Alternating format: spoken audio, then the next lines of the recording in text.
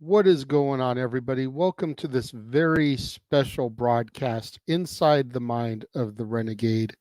I am, of course, the Renegade of Wrestling, JJ Williams, and today I'm going to be discussing and addressing the Cody Rhodes, Dwayne The Rock Johnson, Roman Reigns situation that's going on pretty much ever since the Royal Rumble occurred. There's a lot of stuff to break down and digest. I do want to point out the ticker at the bottom. The views and opinions expressed are solely those of mine, do not reflect the views of the greater Jeff Meacham Network multiverse of media. Only super chats are going to be addressed on the screen. That is how we make our money. Donate to dictate. Now that I've gotten that out of the way, let me get down to business here because, of course, the Royal Rumble was a couple weeks ago. It was on Sunday, the one date I didn't write down, damn it. The 27th. Saturday, January 27th was the Royal Rumble match. And of course, Cody Rhodes won the Royal Rumble, pointed to the sign, pointed to Roman Reigns up in the press boxes, and made it very, very clear that he was going to go after Roman Reigns. We then had Seth Rollins come out on Monday Night Raw, give a heartfelt speech as to why Cody should go after him and his championship. And at the moment, people were like, okay, well, we want Cody versus Roman, but Seth makes some valid points here. I was perfectly content with Cody to go after Seth as a result of that promo and everything. And then we get to SmackDown, and Cody comes out, talks about how he's been discussing things with friends and family, how he's been having some special counsel, much like the wise man Paul Heyman. And the person he's been talking to is someone who knows Roman Reigns very well. And he brings out The Rock. The Rock and Cody kind of have this exchange, handshake and embrace. Rock whispers something into Cody's ear. Cody leaves, and we end SmackDown with a stare down between The Rock and Roman Reigns. Nothing is said, no challenge is made, no challenge is accepted, but it leaves the impression as to the fact that Roman and Rock are going to face off at WrestleMania. And of course, a lot of people have issue with this. And I understand their concerns very much in the way that it was executed more than anything. Very quickly, Big Baller G with a $10 super chat said he posted his rant earlier today on X. I did see that, Big G. If you want to private message me on Facebook, the image of your rant, I will bring it up on screen here momentarily. So just shoot me that because I would like to address that. I just wanted to get through some of my own thoughts before I shared your post because I do co-sign 1000% with it. So if you want to DM me on Facebook the image of your post, I will share it, brother. Thank you again for that super chat. But a lot of people's issue with the thing is the execution in the way this has all been involved. And that's kind of what I want to go through here because people are just talking about, well, they've built this story with Cody Rhodes for the past 2 years. They've built this story with Cody for the past 2 years. Why would they throw away the story they've been building with Cody for the last 2 years? You guys, the story with The Rock goes back to 1997. If you really think about it, The story goes all the way back to 1997 for The Rock. And I'm going to break all of that down here too so that people can understand and realize that just as much as there's history with Cody, the history with the Cody isn't near as deep as the story with The Rock. And there's a lot of different ways we could have gotten to this point. Like I said, a lot of people, main issue with it is the execution of things. And there's a lot of ways that we could have gotten to where we are, where we very well may get the Rock Roman story, and we could have avoided this Cody Rhodes chaos. So let's go ahead and we're going to start breaking this down. And just so you guys know, I'm not ignoring any comments at this point, but I literally wrote something down on a document on my computer. And when I bring that up to read that stuff, it's going to be blocking your guys' comments for a few moments. As I get through each point, I will minimize that so I can see what you guys are saying and if I get any other super chats. But just know I am going to get to your comments, okay? Go ahead and throw these couple that have come in since the super chat up there so I don't ignore you guys. But yeah, I have a written document. I've done my research on this, you guys. That's part of why I'm presenting this in the way it is and didn't take a whole lot of time on open mic night to discuss this, because at that point there really wasn't anything to discuss. And the more and more time that goes by, the more and more I felt like Popeye, you know. I stands all I can stands, I can't stands no more. So, the first piece of the puzzle goes back to March 23rd, 1997. We're talking WrestleMania 13 at the Rosemont Horizon in Chicago, Rosemont, Illinois, where a young Rocky Maivia, in his very first WrestleMania match ever, defeated the Sultan. Those of you that don't know who the Sultan is, you probably know him by his other gimmick, Rikishi. The Sultan is Rikishi in a mask, being accompanied by the Iron Sheik. Rocky wins the match, retains his Intercontinental Championship. After the match, Rocky is getting beat down by Sheik and Rikishi, the Sultan, and his father, Soulman Rocky Johnson, comes out to help his son clear the ring and make the save. So Rocky's very first WrestleMania match ever is against the father of the Usos and Solo Sikoa, the cousins of the tribal chief Roman Reigns, part of the Anoa'i family, which Rocky is part of as well. He is part of the bloodline. Very first WrestleMania match. Okay? We then fast forward 2 years. March 28th, 1999. WrestleMania 15 at the First Union Center in Philadelphia, Pennsylvania. The Rock loses the WWF Championship to Stone Cold Steve Austin in his very first WrestleMania main event. Now, while this has nothing to do with the Anoa'i family, it is worth noting that this is Rock's first main event, and it takes place in Philadelphia, Pennsylvania.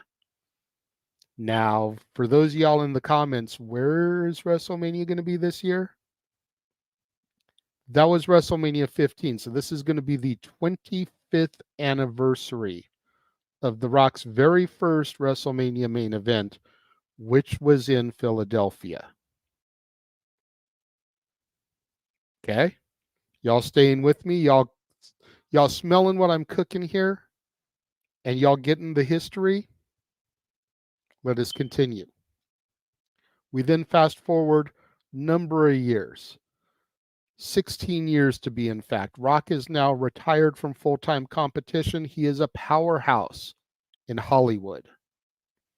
Royal Rumble, January 25th, 2015, at the Wells Fargo Center in Philadelphia, Pennsylvania. Roman Reigns wins the Royal Rumble, last eliminating Rusev.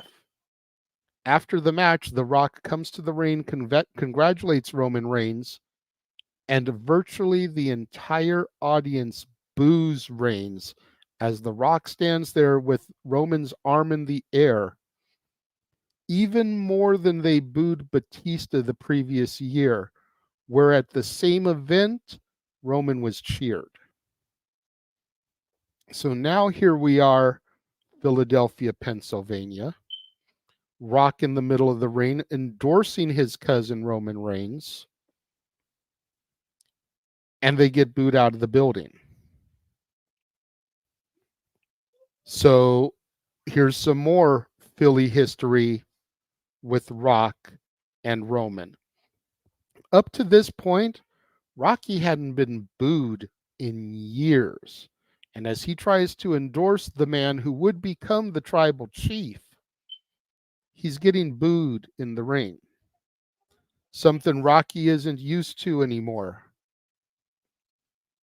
So now you've got this little personal beef that by trying to support his family, he gets booed. Again, Philadelphia. We're now going to fast forward a little bit further. You know, WrestleMania 37, Cody Rhodes makes his, or excuse me, 38, WrestleMania 38, Cody Rhodes makes his surprise return to the company, challenges Seth Rollins, defeats him, goes on a 3-match win streak against Seth Rollins, including a Hell in a Cell match where he fights with a torn pectoral. Great series of matches between Seth and Cody. Cody then is out of action and makes a surprise return at the Royal Rumble last year, heading into WrestleMania, wins from the number 30 spot to get his shot at Roman. We all know he fights Roman Reigns at WrestleMania and he loses.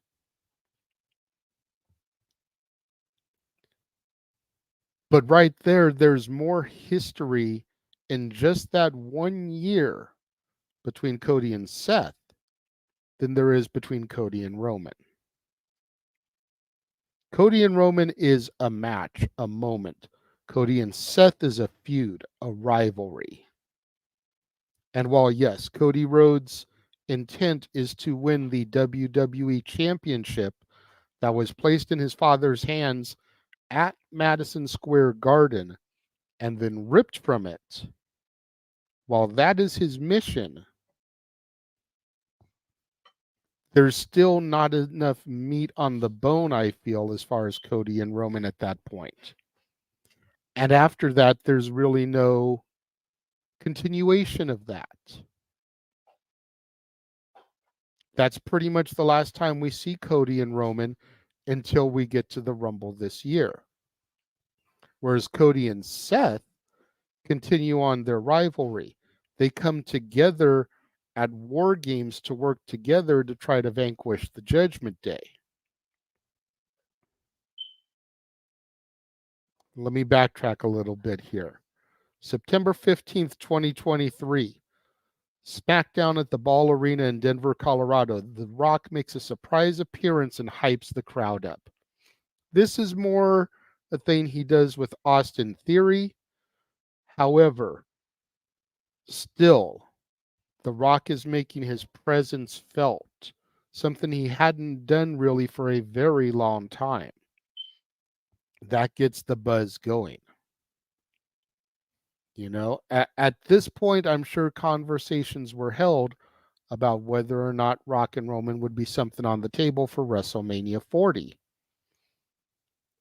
And at this point, personally, I feel that if even there was a 5 or a 10% chance that this match was going to happen, then they needed to work towards it, because they could always course correct at the final moment to pull some kind of something else out of their hat. January 1st, 2024, day one Raw at the Pachanga Arena in San Diego, California. Arlene Dominguez, who is in the comments, was there along with her brother Emmanuel. They've been teasing for a few days that a former champion is going to make a surprise appearance on the show, and we're gifted with none other than the modern-day Maharaja, Jinder Mahal. This, of course, is a red herring, a decoy. He comes out, starts cutting a promo, gets interrupted by The Rock. Brawls with Jinder Mahal, hits a people's elbow, gets on the microphone and tells people that he's about to go out to town and celebrate. And when he goes out to celebrate, should he sit at the bar? Should he sit at a booth? Or should he sit at the head of the table? Again, alluding to Roman Reigns. So let's pretend that we didn't know in September that The Rock was going to be available.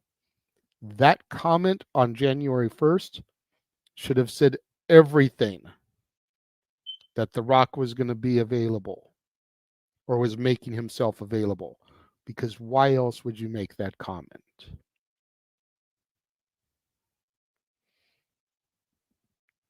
We then go to January 23rd, and Dwayne "The Rock" Johnson is appointed to the TKO Board of Directors. The same day, Dwayne's daughter, Simone Johnson, better known as Ava Raine in WWE NXT, is promoted to the position of NXT General Manager. This was an interesting thing that occurred. The fact that we had Ava Raine get promoted to GM all of a sudden, but at the same time, she had kind of been a liaison for the locker room to Shawn Michaels for about a month or so prior. So it was the next logical step in her development and character and giving her that next level of authority. January 25th, 2024. We're now 2 days before the Rumble.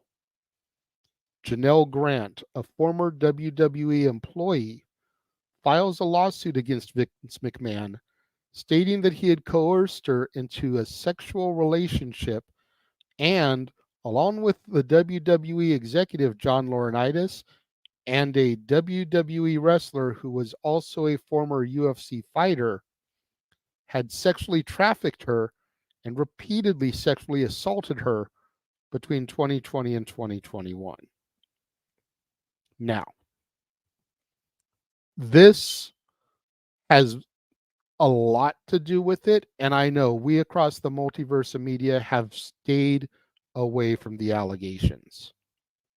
And I'm going to try my best to do that here, but it's worth pointing out because I feel, as a lot of people feel, that the further movement of the Rock Roman angle is a direct result of this and trying to bring positive publicity to counteract the negative publicity. Moving forward from there, the next day, January 26th, Vince McMahon resigns from the TKO board of directors. In a statement, McMahon said the decision was made out of respect for the WWE Universe, the extraordinary TKO business and its board members and shareholders, partners and constituents, and all of the employees. So now Vince is completely out of the picture once again.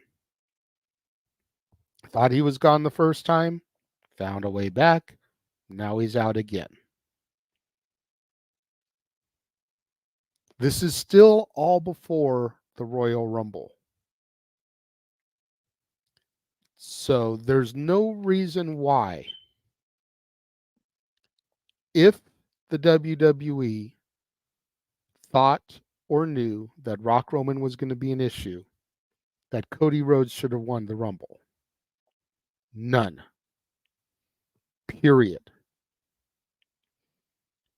And with all of this stuff that I've laid out to you so far, and I still have a few more things I'm going to go over, but with all these things I've laid out for you so far, at least in my opinion, and please sound off in the comments, but at least in my opinion, it is very clear that WWE knew that Rock and Roman was a strong possibility. So if Rock and Roman is a strong possibility, why have Cody Rhodes win the Rumble? The final four in the Rumble were Cody, Punk, Drew, and Gunther. So you take Cody out of the equation. Let's say you give the win to Punk. Keep in mind, at this point, we don't know about the injury, the torn triceps. So you give the victory to Punk. Punk wins the Royal Rumble. We think he's about to finish his story, his dream of main eventing WrestleMania. Find out the next night about the torn tricep. Punk is out of action. Punk has to relinquish his opportunity. Punk says his replacement in the WrestleMania main event is The Rock. There you've got Rock and Roman. So now we've gotten Punk out of the picture. Drew wins the Rumble. He's got no real heat with Roman. Been there, done that. His beef seems to be with Seth. Drew chooses Seth. You've got Drew versus Seth at WrestleMania. Rock can still enter the picture, challenge Roman. Or if that ends up falling apart, Cody can win the chamber, challenge Roman. Problem solved. Gunther. Have Gunther win the Royal Rumble. Present a WrestleMania 6 scenario. Something we haven't had in a very long time. Intercontinental Champion versus WWE Champion at WrestleMania. Gunther more than likely isn't going to go for Roman. He's going to go for Seth, especially since Seth has been working injured with the broken back, and now his meniscus and MCL are torn. Gunther beats Seth at WrestleMania easily. Roman is free for Rock, and if Rock falls through, Cody wins the chamber. Problem solved. If The Rock comes through and Drew or Gunther do go after Seth, you just tell Cody, look, you get your match next year. We need to do this year. But in doing it any of those other ways, Cody doesn't win the Rumble, doesn't point to the sign, doesn't point to Roman, and we don't feel that Roman and Cody have now been taken for us. Or Cody wins the Rumble, which was the main event. Second match of the night at the Rumble was the WWE Championship match. Roman defending against LA Knight, AJ Styles, Randy Orton. Randy Orton pins AJ Styles or LA Knight, becomes WWE Champion. Roman didn't lose. He's kept strong. Roman can fight Rock at WrestleMania. No title. Who's the head of the table? Cody wins the Rumble. Can challenge his former legacy mentor, Randy Orton, at WrestleMania. Finish his story by defeating his mentor, who the last time they faced off in WrestleMania in a triple threat match, Orton versus Rhodes versus DiBiase, Orton won the match. Fast forward all these years later, the student has become the master, defeats Randy for the title at WrestleMania. Problem solved. You get Drew or Gunther versus Seth because of the Punk injury. You get Rock and Roman non-title for the head of the table. You get Cody finishing his story against Randy Orton. Everybody leaves happy. Going back to my notes now. This past Friday on SmackDown, the Legacy Arena at the BJCC in Birmingham, Alabama, Cody Rhodes brings the Rock out and he stares down Roman Reigns. Kind of what I said in the beginning here. You know, you've got Cody coming out, talking about how he's been talking to friends, family, and special counsel. Special counsel, somebody that's known Roman for a number of years. It's The Rock. A handshake and a hug. Some words from The Rock to Cody that bring a smile to his face. And the show ends with Rock and Roman staring each other eye to eye. February 3rd, Saturday. The internet wrestling community starts coming not just for The Rock, not just for Dwayne Johnson, but for Simone Johnson, Ava Raine on Twitter. You don't believe me? Look at this. These are just some of the tweets that I screenshotted directed towards Simone Johnson. If only you had the talent to wrestle and didn't need daddy on the board of directors to get you a job. Stop your bald Samoan egomaniac dad. Please, I think you love wrestling just like all of us. So please make him go back to Hollywood. Your dad is a piece of shit. Go slap your dad's bald head. Knock some sense into him, Nepo baby. Tell your dad to F off. We want Cody. You're just not a good wrestler. That's why you got put in that situation. Admitted, you have no talent. If you were not Dwayne's daughter, you would have been released and forgotten a long time ago.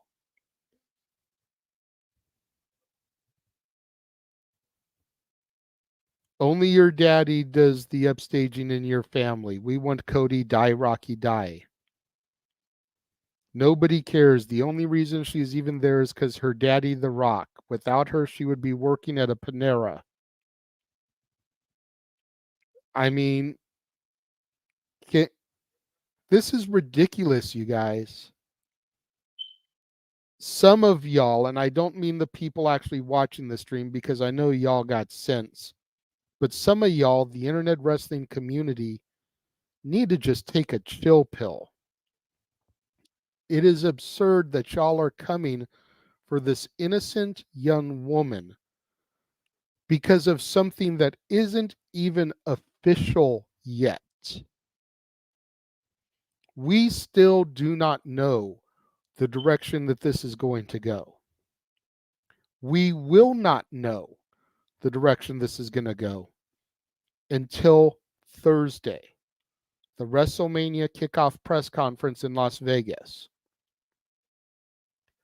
Rock and Roman will be there. Cody and Seth will be there. Rhea and Bianca will be there. Michael Cole and Pat McAfee will be hosting. Paul Triple H Levesque will be there. That is when we will get our answers. Not sooner. Until we know where this is going, y'all need to chill the fuck out. And again, I'm not personally saying the people in my chat room watching because y'all are loyal Jeff Meacham Network, Multiversa Media viewers, Casa D18 Studio supporters. I know you guys aren't the ones doing this. But this is to anybody else out there in the IWC that manages to stumble upon my video and watch this. Y'all need to calm down. Ava Raine, Simone Johnson does not deserve this. February 5th, 2024. During Raw after his segment, Cody tweets out, "Appreciate the passion. God bless y'all.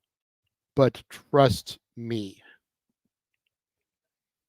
So Cody sees everything that's going on.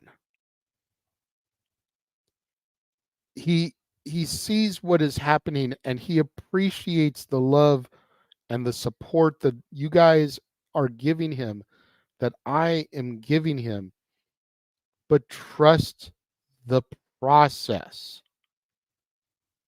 There is a greater story going on here. You know, at the end of the day, it's all a TV show. Do I need to throw the F word out there? Professional wrestling is scripted media, you guys. Y'all are getting bent out of shape for something that probably has already been orchestrated and written out. Last thing I have to read off goes to the last comment I saw from Daniel pop in, but I didn't want to jump the gun. Today, February 6th, Simone Johnson has now deactivated her Twitter account due to the death threats that she has received. So the media has freaking the media has gotten so carried away that this young woman is now deleting her account. Gee, try refreshing. Try refreshing because I know that works sometimes. I will still read your comment off, brother, because I believe you, but try refreshing. Big G says it's not letting me super chat, but apparently it was reported that part of The Rock's TKO deal to face Roman at Mania dates back to January 3rd. Take it with a grain of salt. Yeah. There, I didn't mention that part because it hadn't been confirmed, but yeah, there's a rumor going around that part of The Rock taking his spot on the board of directors was getting this match at Mania. So it's like, y'all, eh, eh, it's just crazy. And then I read a report this morning, and again, this is a internet report, so take it with a grain of salt as well. But from the report I read, The Rock is 100% behind Cody Rhodes. Per the Wrestling Observer report, it's been revealed through Raw overnight that The Rock is 100% behind Cody Rhodes and is strongly pushing the We Want Cody movement. It's being said that The Rock informed staff to hand out hundreds of signs to fans as they entered the building so that WWE could acknowledge the movement on television. It's being said that The Rock wants to make Cody bigger than the Daniel Bryan movement back in 2014, which was 10 years ago. It's being said that The Rock wants to make him bigger than that and believes that WWE dropped the ball then and he doesn't want them to do it again. Brian Gerwitz was supposedly seen smiling a lot backstage and seems very happy with how things are turning out across social media. So if that report is accurate, y'all, it's confirmation that this is a work. And y'all are getting worked up about this. The Rock is trying to make Cody huge right now, if that report is to be believed. And that's a big if. But if that report is to be believed, The Rock is trying to make Cody arguably the biggest babyface since Hulk Hogan. It's crazy. And you guys, and let me just reiterate again, I don't mean you guys watching in the chat room. You guys, as a general IWC, are getting worked up and played because of the fact that Cody is taking this small bump in the road. People need to realize we still have 2 months until WrestleMania 40. And that's just night 1. 60 days until WrestleMania 40. That's a lot of time to do story and building and all kinds of stuff, man. I mean, why can't it be that we get Cody versus The Rock at Mania and the winner of that gets Roman? And now not only does Cody beat Roman to finish the story, but he beats the biggest star in all of entertainment media to get there. Think about that. What does that do for Cody? You have dethroned the tribal chief. You have got the championship that was pulled from your daddy's hands. No longer being held hostage by a guy that works 5 times a year. And in the process, you defeated arguably the biggest name in all of media. Cody would be huge after that. It's just nuts, people. That is all of the stuff that I had notes wise. If anybody out there has any other comments or anything they'd like to throw up or would like me to discuss, super chat them. I'm going to throw a very quick commercial up.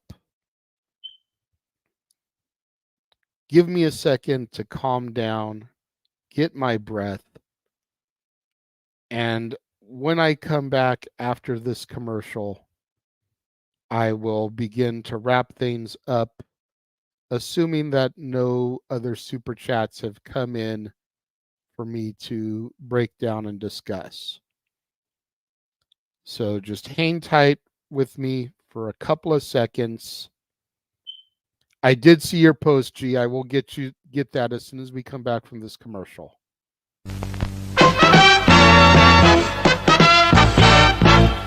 And now, preview time. So let's take a look at what's coming your way.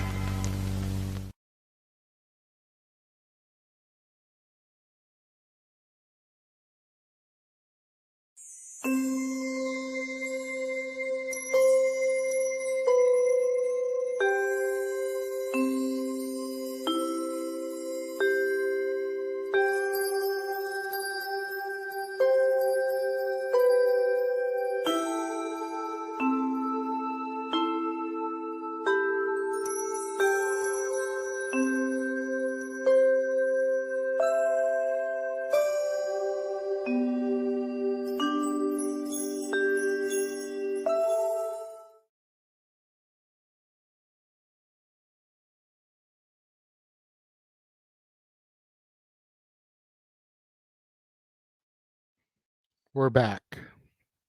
So yeah, that little video shows you everywhere that you can find and follow the friends of the Jeff Meacham Network Multiverse of Media, whether it's Facebook, Twitter, Instagram, Threads, TikTok, YouTube, you name it, somebody's got a presence there. I did want to get to Big G's statement here because I completely co-sign with what he put out on social media. He says, okay, I've been quiet for a while now, but this is starting to get ridiculous. Stop shitting over something that hasn't officially been announced yet. And yes, I'm referring to the whole Cody Rock Roman situation. People are sending death threats to Dwayne Johnson's daughter to where she has deactivated her X account. Fans need to stop being so damn fickle. Fans were clamoring for Rock versus Roman for the past couple of years, and here we are in 2024, and people are complaining. You don't work for WWE, so shut your damn mouth and know your role. Enjoy the wrestling as is or shut it off. There is so much wrestling content out there, so go watch something else. There, I have said my piece. Don't at me either, or I'll block your candy ass. Well said, Big G. And to his point, there is so much wrestling out there. You figure you've got Raw on Mondays, NXT on Tuesdays, AEW Dynamite on Wednesday, TNA Impact and Reign of Honor on Thursday, SmackDown, Rampage, and Explosion from TNA on Fridays, Collision on Saturdays, PLEs on random Saturdays and Sundays. And as of today, if you have the CW app, every Tuesday is NWA Power. That is on average 10 different things that you can watch any given week. And that doesn't even bring into consideration New Japan, Stardom, AAA, CMLL, Pro Wrestling Noah, all the other companies, MLW, GCW. There is so much to be consumed that if you are not a fan of what is being presented to you on Monday nights or SmackDown, turn the channel to something else.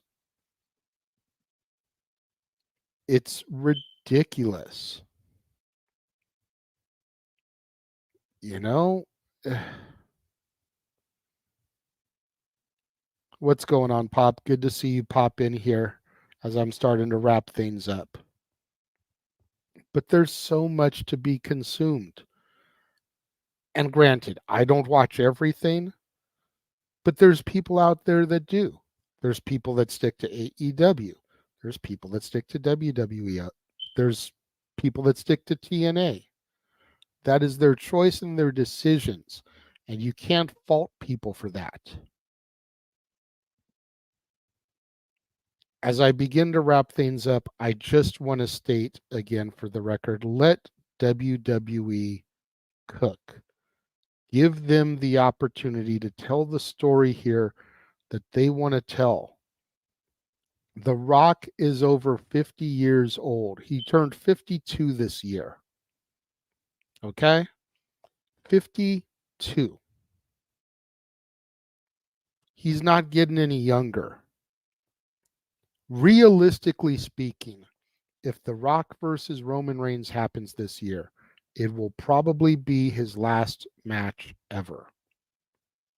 And especially his last match at a WrestleMania.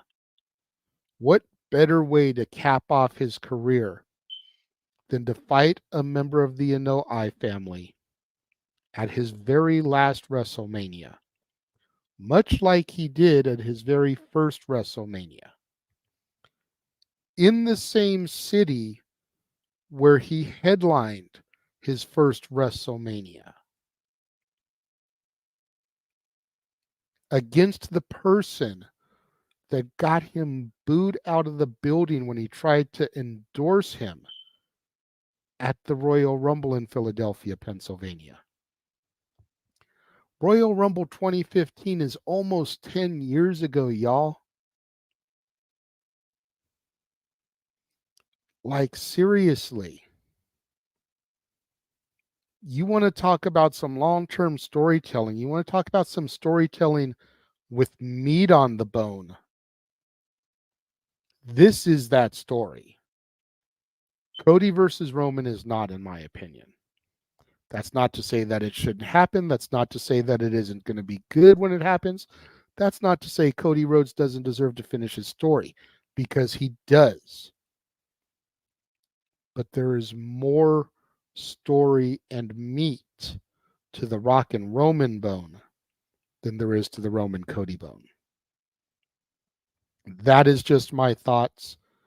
You guys have gone inside the mind of the Renegade for the last 45 minutes. I want to thank you guys, as I appreciate each and every one of y'all that tuned in for this first ever broadcast.